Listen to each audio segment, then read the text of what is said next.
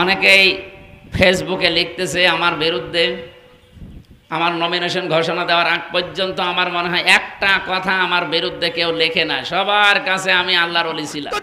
জীবন দিব, বাংলাদেশের 1 ইঞ্চি মাটি আমরা ছেড়ে দেব না। আইয়ুব খানের শাসন দেখেছি, শেখ মুজিবুরের ভাষণ, জিয়া কেটেছে খাল, এরশাদের নানান তাল, মঈনুদ্দিন ফখরুদ্দিন সব ঘোড়ার টিম দেখা শেষ। এবার আমরা দেখতে চাই বাংলাদেশ জামাত ইসলামের বাংলাদেশ। এবার আমরা দেখতে চাই মুফতি আমির হামজা সাহেবের বাংলাদেশ।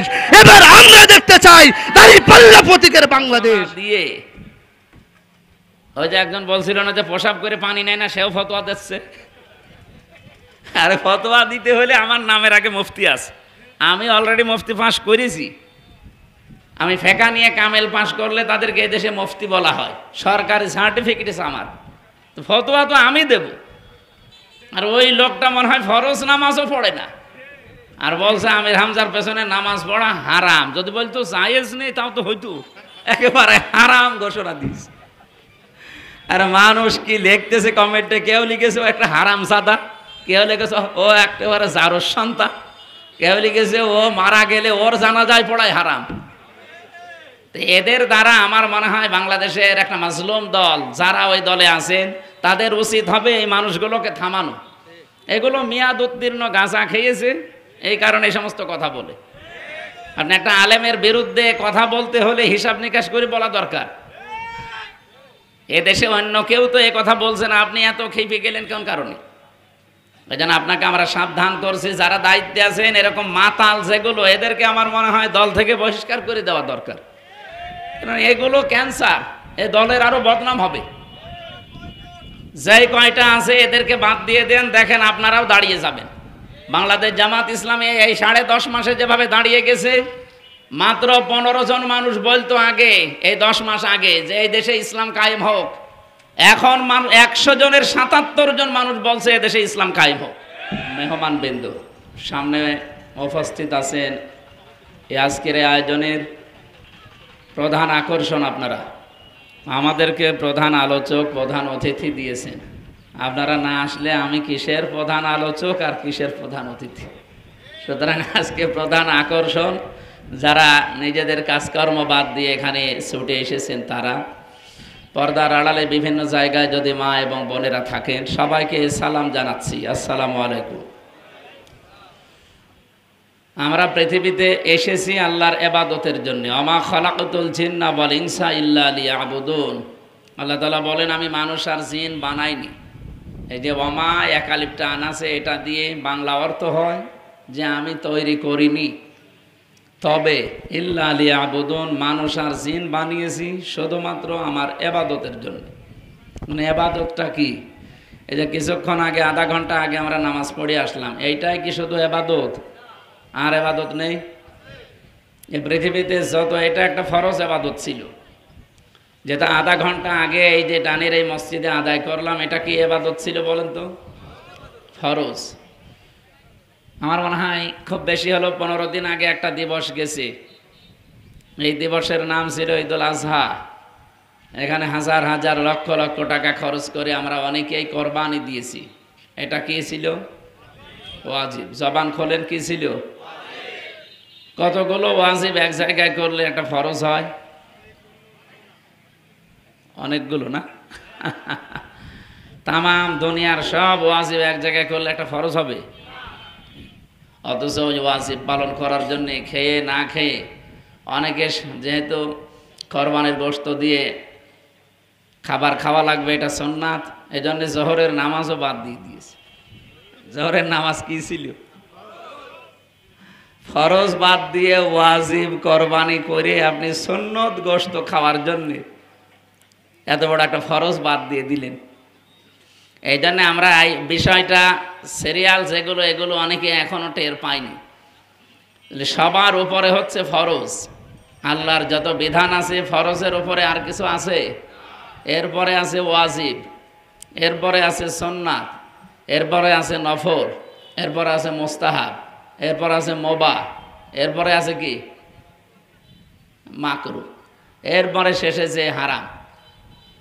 এই যে বিধানগুলো সব সিরিয়াল আকারে, ফরজের পরে যতগুলো বিধান শুনলেন সবগুলো এক জায়গায় করলে তামাম দুনিয়ার সব সৃষ্টি জগতের যত বিধান এক জায়গায় করলে একটা ফরজ সমান হবে না। এইরকম ফরজ বিধান পুরা কোরআনে আল্লাহ দিয়েছেন 500। কত? এখানে আমার মনে হয় কয়েকজন আলেম বাদ দিয়ে আমি যদি জিজ্ঞাসা করি 500 না 5টাও বলতে পারবেন না। অথচ 500টা ফরজ বিধান আমাদের ওপরে প্রতিনিয়ত, হয়তো 4-5টা আমাদের মানা হয়, তো বাকিগুলো কি ফেরেশতারা মানবে? ফেরেশতারা মানতেছে। ওনাদেরকে যেই দিন বানিয়েছে আল্লাহ সেই দিন থেকে যে আদেশ দিয়েছে কিয়ামত পর্যন্ত ওটা তারা মেনেই চলবে, আর আদেশ দেওয়া লাগবে না। এমনকি পৃথিবীর যে কোনো সৃষ্টিকে আল্লাহ মাত্র একবার আদেশ দেয়, ওয়াওহা রাব্বুকা ইলান নাহলি আনিত্তাখিযি মিনাল জিবালি বুয়ুতা ওয়া মিনাশ শাজারি ওয়া মিম্মা ইয়ারিশুন। সূরা নাহলের ভেতরে আছে 68 নম্বর আয়াতে আল্লাহ জানিয়েছেন যে আমি মৌমাছিকে মাত্র একদিন আদেশ দিয়েছিলাম, তাদের ওপরে একটা আদেশ দিয়েছিলাম মাত্র একদিন, যে তোমরা 3 জায়গায় বাসা তৈরি করবা, ঘর বানাবা। এক জায়গায় পাহাড়ের যে চূড়া আছে এখানে, অথবা মানুষের ঘরের যে সমস্ত কার্নিশ আছে দেওয়ালে কার্নিশে, এই জায়গায় ছাদে, 3 নম্বরে গাছের ডালে। আপনি আজ পর্যন্ত বলেন তো এই 3 জায়গা ছাড়া মৌমাছি কোনো জায়গায় বাসা বাঁধে? আপনি পাবেন না। ওরা আদেশ পেয়েছিল আল্লাহর কতদিন? একদিন। কয়টা? একদিন। একটা আদেশ পেয়ে যদি কিয়ামত পর্যন্ত মেনে চলতে পারে, এই জন্য ওদের ভেতরে কোনো ঝামেলা নেই, মারামারি নেই, গন্ডগোল নেই। আর আমাদের ওপরে আল্লাহর আদেশ ছিল 500।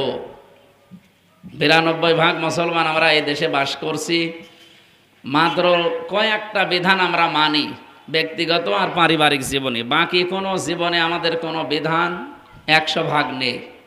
হয়তো কেউ মানে কেউ মানে না। ইসলামের বিধানটা কিন্তু এরকম না যে ভাই সলিমদ্দি চলেন নামাজ পড়তে যায়, এরকম নাকি? এই জন্য নামাজের আদেশ আল্লাহ কোরআনে দিয়েছেন রাষ্ট্রে যারা দায়িত্বে থাকবে তাদের। কোনো ব্যক্তিকে কোরআন শরীফে, এখানে মাওলানা ইমাম সাহেব বসে আছে মসজিদের সামনে, যে বলেন তো যে কোরআন শরীফে কোনো ব্যক্তিকে বলা হয়েছে যে ওরে নামাজের কথা বলো? আল্লাযীনা ইম্মাক্কান্নাহুম ফিল আরদি আকামুস সালাহ, যাদের রাষ্ট্রীয় ক্ষমতা দেওয়া হবে এরা যদি ইমানদার হয় তাহলে তাদের প্রথম দায়িত্ব হচ্ছে তারা নামাজ কায়েম করবে। তাহলে নামাজ কায়েম করার দায়িত্ব কি এ রবিন সাহেবের, সোজা সাহেবের, ও ইমাম সাহেবের? কার? রাষ্ট্রের। হ্যাঁ হ্যাঁ, একেবারে হলে আর এদের রাষ্ট্রের এই দায়িত্বটা আজ 54 বছর আমরা ধরেন এ দেশ স্বাধীন হয়েছি। 54 বছরে বিভিন্ন সময় পাল্টিয়ে মুসলমানেরাই গেছে রাষ্ট্রীয় ক্ষমতায়। কোনো হিন্দু গেছে? আজ পর্যন্ত কোনো হিন্দু প্রধানমন্ত্রী ছিল? কোনো খ্রিস্টান? যারাই গেছে তারা অন্তত নামে তো মুসলমান। তারা কি করলো বলেন তো? আজ পর্যন্ত নামাজের বিলটা তারা আনলো না। তাহলে আল্লাহর সাথে এটা গাদ্দারি করা হচ্ছে না? কিন্তু এটা তো আমাদের দেখানো লাগবে না। এবাদত আপনি করে আসলেন আধা ঘন্টা আগে, 15 দিন আগে একটা করেছিলেন, একটা ফরজ বললাম, একটা ওয়াজিব বললাম, এরকম এক একটা এবাদত আমাদের সামনে আসবে। এমন কিছু এবাদত আছে ব্যক্তিগতভাবে মানা যায়, পারিবারিকভাবে মানা যায়, কিন্তু সমাজ, রাষ্ট্র, আন্তর্জাতিকভাবে মানতে গেলে তখন পাওয়ার লাগে। কি লাগে? বিশ্বনবী মুহাম্মদুর রাসূলুল্লাহ যেদিন হিজরত করবেন সেই দিন আল্লাহ তাকে বললেন আপনি আমার কাছে দোয়া করেন, আকুর রব্বি আদখিলনি মুদখালা সিদকি ওয়া আখরিজনি মুখরাজা সিদকি ওয়া জাআলনি মিন লাদুনকা সুলতানান নাসীরা। সূরা বানী ইসরাঈলের 80 নম্বর আয়াতে আছে। উনি বের হবেন, চারিদিকে শত্রু বেষ্টিত, সব তরবারি নিয়ে দাঁড়িয়ে আছে ঘরের বাইরে। নবীজিকে বললেন আপনি বের হবেন, 3টা দোয়া আমার কাছে করেন। এদিকে তাকান, আমার কাছে 3টা দোয়া এই মুহূর্তে করেন। আমরা অনেকেই মনে করে দোয়া কবুল হওয়ার জায়গা মনে হয় মসজিদে বসে বসে। দোয়া কবুল হওয়ার জায়গা কিছুক্ষণ জিকির করে নিয়ে দোয়া করলাম, এইটা না। দোয়া কবুল হওয়ার মেন জায়গা কত কঠিন আপনি টের পাচ্ছেন? জীবন মরণ নিয়ে টানাটানি না? 24 জন মানুষ তরবারি নিয়ে ঘরের বাইরে দাঁড়িয়ে আছে। তারা সব সুযোগ পেলেই কেটে টুকরা টুকরা করে ফেলবে, এমন কঠিন অবস্থায় নবীজিকে আল্লাহ বললেন আপনি আমার কাছে এখন 3টা দোয়া করেন। উনি 3টা দোয়া করলেন ওই জায়গায় দাঁড়িয়ে। 1 নম্বরে, আল্লাহ তুমি আমাকে নিরাপদে এই ঘর থেকে বের করে দাও। তার মানে দোয়া কবুল হওয়ার জায়গা হচ্ছে কঠিন এবং কঠোর যে জায়গাগুলো আছে ভয়ঙ্কর, এই জায়গায় দোয়া কবুল হয়। ওই যে পাহাড়ে যে 3 যুবকের কাহিনী আমরা সারা জীবন ওয়াজ করি, ওটা কি জায়গা খুব সহজ সরল জায়গা ছিল?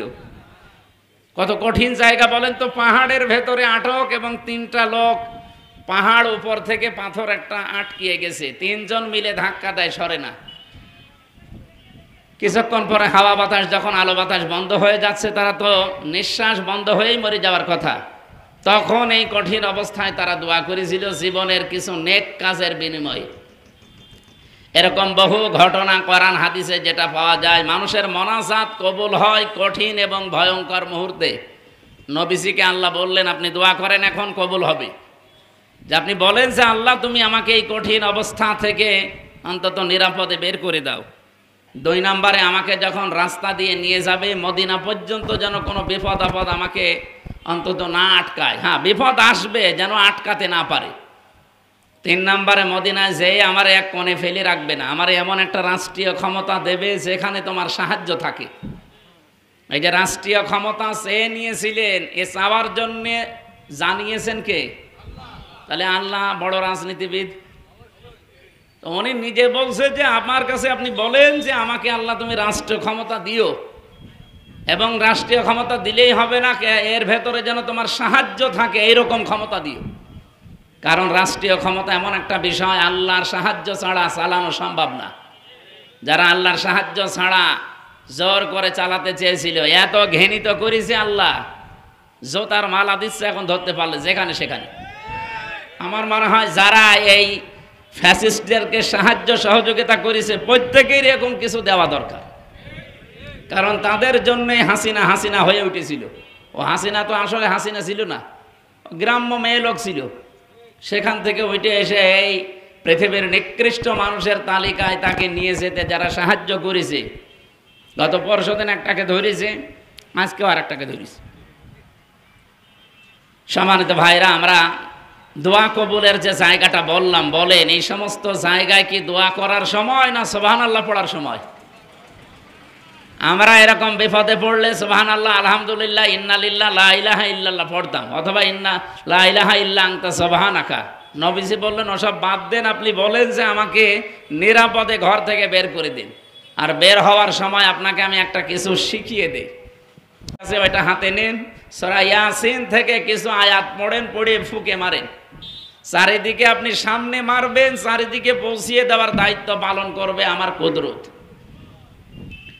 এটা শুধু ঘটনা না, নবীজিকে আল্লাহ যে ডাক দিতে বললেন যে সূরা ইয়াসিনের কয়েকটা আয়াত পড়ে আপনি ফু দেন।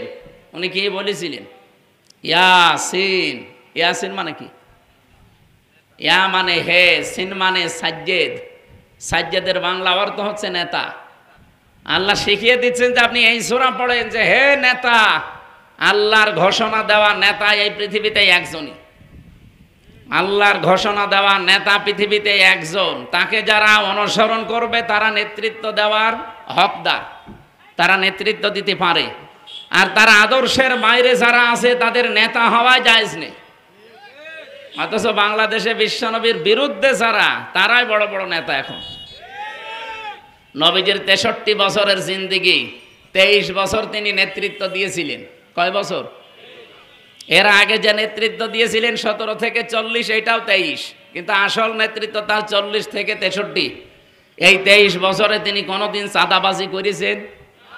বলে আজকে যারা চাঁদাবাজি করে এরা কি নেতা হওয়ার যোগ্য? এদের পেছনে থাকা জায়েজ আছে? আমি আর বাংলায় কি বলবো বলেন, আমি আর নিচে নামতে চাই না। এরপরেও যদি কেউ চরিত্র সংশোধন না করে, এটাকে আগস্টের 5 তারিখের আগে পেয়েছেন বাংলাদেশ, এখন আমরা কিন্তু ঘুরে দাঁড়ানো শিখে ফেলেছি। সে যেই হোক, মানবতা বিরোধী, ইসলাম বিরোধী কোনো কাজ করলে ওটা যদি আমার বাবাও হয়, আগে মাটির ভেতরে দিয়ে দেবেন, এরপরে বলবেন বিসমিল্লাহি ওয়া আলা মিল্লাতি রাসূলিল্লাহ। আমার বাবার বিরুদ্ধে যদি এই কথা আমি বলতে পারি, অন্য কারো বিরুদ্ধে আমার এই কথা নেই।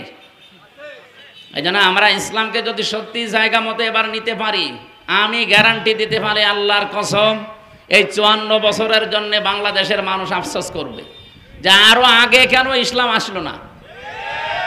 গোবিন্দ পরামানিক কয়েকদিন আগে জানিয়েছে যে আমরা এই 54 বছর যা দেখলাম, আমার মনে হয় বিশ্বাস যে ইসলাম যদি সামনে, বিশেষ করে জামাত ইসলামের নাম বলেছেন তিনি, জামাত ইসলামী বাংলাদেশ যদি এবার রাষ্ট্রীয় ক্ষমতায় আসে, আমরা সবচাইতে বেশি নিরাপদে থাকতে পারবো বিভিন্ন ধর্মের মানুষেরা। জামাত ইসলামের কাছে অন্য ধর্মের মানুষ যদি নিরাপদ হয়, ইসলাম ধর্ম নিরাপদ থাকবে না? অনেকেই ফেসবুকে লিখতেছে আমার বিরুদ্ধে। আমার নমিনেশন ঘোষণা দেওয়ার আগ পর্যন্ত আমার মনে হয় একটা কথা আমার বিরুদ্ধে কেউ লেখে না, সবার কাছে আমি আল্লাহর ওলি ছিলাম। ঘোষণা দিয়ে ওই যে একজন বলছিল না যে প্রসাব করে পানি নেয় না, সেও ফতোয়া দিচ্ছে। আরে ফতোয়া দিতে হলে আমার নামের আগে মুফতি আছে। আমি অলরেডি মুফতি পাস করেছি। আমি ফেকা নিয়ে কামেল পাস করলে তাদেরকে এদেশে মুফতি বলা হয়, সরকারি সার্টিফিকেট আছে আমার। তো ফতোয়া তো আমি দেব। আর ওই লোকটা মনে হয় ফরজ নামাজও পড়ে না, আর বলছে আমির হামজার পেছনে নামাজ পড়া হারাম। যদি বলতো জায়েজ নেই তাও তো হইতো, একেবারে হারাম ঘোষণা দিস। আর মানুষ কি লিখতেছে কমেন্টে, কেউ লিখেছে ও একটা হারাম সাদা, কেউ লিখেছে ও একেবারে জারোর সন্তান, কেউ লিখেছে ও মারা গেলে ওর জানাজায় পড়ায় হারাম। এদের দ্বারা আমার মনে হয় বাংলাদেশের একটা মাজলুম দল যারা ওই দলে আছেন, তাদের উচিত হবে এই মানুষগুলোকে থামানো। এগুলো মেয়াদ উত্তীর্ণ গাঁজা খেয়েছে, এই কারণে এই সমস্ত কথা বলে। আপনি একটা আলেমের বিরুদ্ধে কথা বলতে হলে হিসাব নিকাশ করে বলা দরকার। এদেশে অন্য কেউ তো এ কথা বলছে না, আপনি এত খেপে গেলেন কোন কারণে? ওই জন্য আপনাকে আমরা সাবধান করছি, যারা দায়িত্বে আছেন এরকম মাতাল যেগুলো, এদেরকে আমার মনে হয় দল থেকে বহিষ্কার করে দেওয়া দরকার। কারণ এগুলো ক্যান্সার, এ দলের আরো বদনাম হবে। যেই কয়টা আছে এদেরকে বাদ দিয়ে দেন, দেখেন আপনারাও দাঁড়িয়ে যাবেন। বাংলাদেশ জামাত ইসলামী এই 10.5 মাসে যেভাবে দাঁড়িয়ে গেছে, মাত্র 15 জন মানুষ বলতো আগে, এই 10 মাস আগে, যে এই দেশে ইসলাম কায়েম হোক। এখন 100 জনের 77 জন মানুষ বলছে এদেশে ইসলাম কায়েম হোক। কারণ সবাই এখন বুঝে ফেলেছে এদের কাজ কারবার দেখে। এদেশে 100 টাকা বাজেট হয় রাস্তার জন্য, 3 টাকা খরচ হয়, আর 97 টাকা ওই উপর থেকে আসতে আসতে সব ছিন্নি হয়ে যায়। জামাত ইসলামী বাংলাদেশ যদি সত্যি এবার দায়িত্ব পায়, 100 টাকা আসলে 100 টাকায় ব্যয় হবে। আমার উপরে বা যেই দেশে যারা জামাত ইসলামী থেকে মনোনীত, তাদের চরিত্র সম্পর্কে আপনারা সবাই জানেন। 1 টাকা মেরে খাবে এই বিশ্বাস আপনাদের হয়? আর আমি খাবো কেন? যারা বলে যে আপনি ভোটে দাঁড়ালেন কেন, আপনাকে ভোট দেওয়া লাগবে, আপনি কি ভোট দেবেন না কোন কারণে? আমার চাইতে যদি যোগ্য, সৎ এবং 100 ভাগ খাঁটি মানুষ পান এই দেশে, আপনি তারে ভোট দেন। আমি দরকার হয় নিজে আপনাকে নিয়ে যাব। কিন্তু আমরা দেখতে পাচ্ছি যে তারা দুর্নীতিতে বারবার চ্যাম্পিয়ন হয়েছে। তাদেরকে আমরা এর আগে দেখি নাই, দেখেছিলাম, কিন্তু তারা তো ভালোর পরিবার তো আরো খারাপ করেছে। আর বাকি যে 15.5 বছরের ইতিহাস তো পর্যালোচনা করার মতো না, এগুলো বাদই দিলাম। এই জন্য আমাদের উচিত হবে চিন্তা ভাবনা করে, যেহেতু প্রতীক ফেরত পেয়েছি, নিবন্ধনও ফেরত আমরা পেয়েছি, দাড়িপাল্লা এ প্রতীকটা আমরা কোরআন থেকে সূরা হাদীদের 25 নম্বর আয়াত যেটা পড়লাম, এখানে আপনি পাবেন না। আমি যে কথাটা তুলেছিলাম আগে 1-1.5 মিনিটে শেষ করি। নবীজিকে আল্লাহ দোয়া শিখালেন যে আপনাকে আমি বললাম নিরাপদে এবার চলে যান। উনি বের হয়েছিলেন, আপনারা ইতিহাস জানেন, যতগুলো কাফের পাহারা দিয়েছিল প্রত্যেকটা কাফেরের চোখে বালি পৌঁছিয়েছে। নবীজি তো বালি মারলেন সামনে, চারিদিকে পৌঁছিয়ে দিয়েছে কে? এখনো যদি এরকম পরিস্থিতি আসে, ওই আল্লাহর সাহায্য এদেশে আসবে না? আসবে না? আপনি যত ষড়যন্ত্র করেন পারবেন না। 2 নাম্বার, ওনাকে আল্লাহ নিরাপদে পৌঁছিয়ে দিয়েছিলেন। বিপদ এসেছিল, কিন্তু সব বিপদ আল্লাহ ওভারকাম করার সুযোগ করে দিয়েছেন। 3 নাম্বারে, এমন একটা রাষ্ট্র ক্ষমতা তাকে দিয়েছেন যার ভেতরে সরাসরি সাহায্য ছিল কার? আমরা ওই সাহায্যের রাষ্ট্র ক্ষমতা চাই। এমনি রাষ্ট্রীয় ক্ষমতা আমাদের দরকার নেই, তাহলে আমরা টিকতে পারবো না।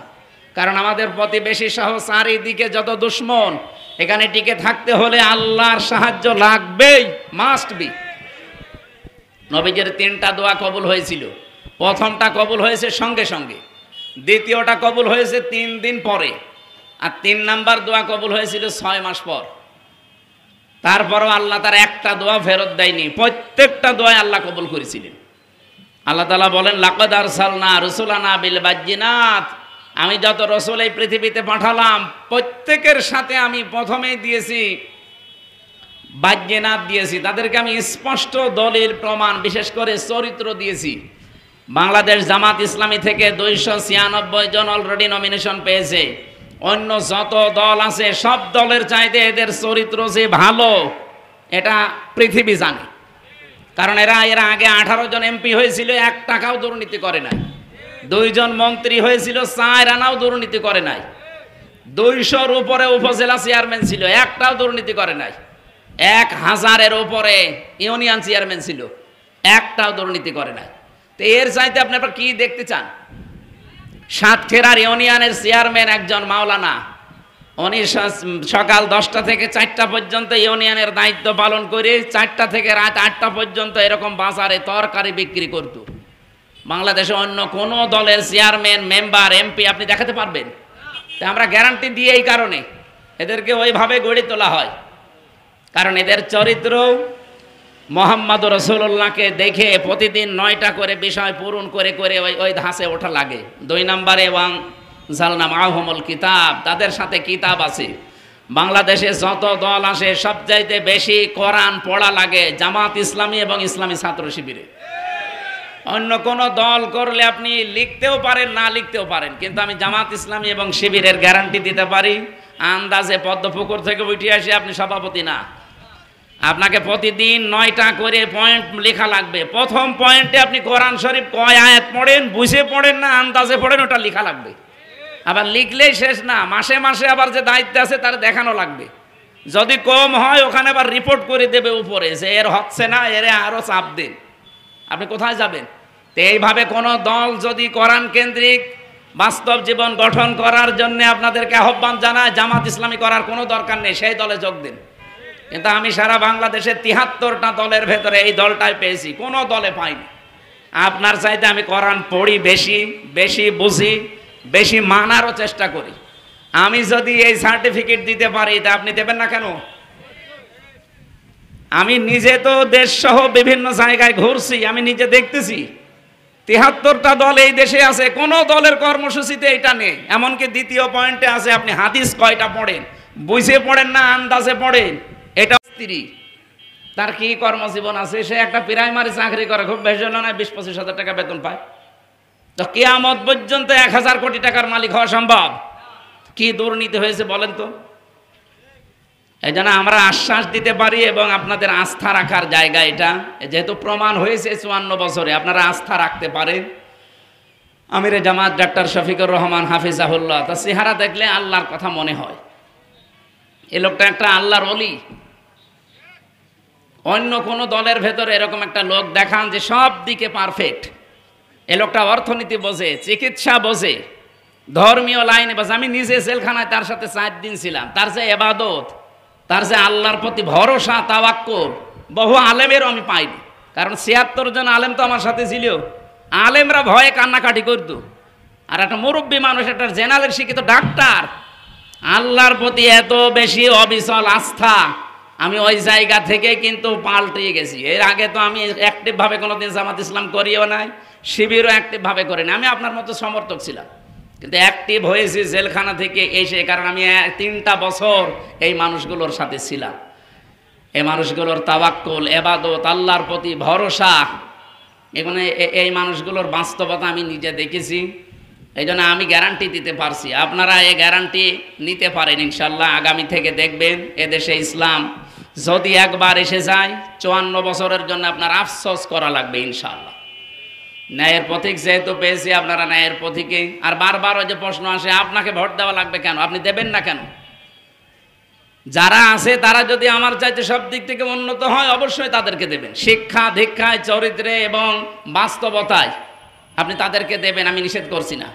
কিন্তু সব দিক থেকে যদি পারফেক্ট মনে হয়, আপনার কাছে আমি দোয়া চাইলাম, আল্লাহ আমাকে যেন সফলতা দান করেন। আজকের আয়োজনের সাথে যারা সম্পৃক্ত তাদের জন্য দোয়া করছি, এটাও একটা এবাদত। অনেকে মনে করছেন 1-1.5 ঘন্টা 2 ঘন্টা সময় নষ্ট হইল না, নামাজ পড়লে যে সওয়াব হইতো, আমরা ইসলামকে যেহেতু উপরে নেওয়ার জন্য চেষ্টায় আছি, এইটাও একটা ওই নামাজের মতো সওয়াব। পৃথিবীর কোনো কাজ সওয়াব বাদ দিয়ে নেই, হয় সওয়াব হবে নাই গুনাহ হবে। আল্লাহ আজকে যেন এটা আমাদের নেকি বা সওয়াব হিসাবে লিখে নেন, বলেন আমিন। আজকের প্রধান অতিথি আমাদের সামনে আছে, উনি কিছু কথা বলবেন, আজকের মতো শেষ করছে। আমিন। আসসালামু আলাইকুম।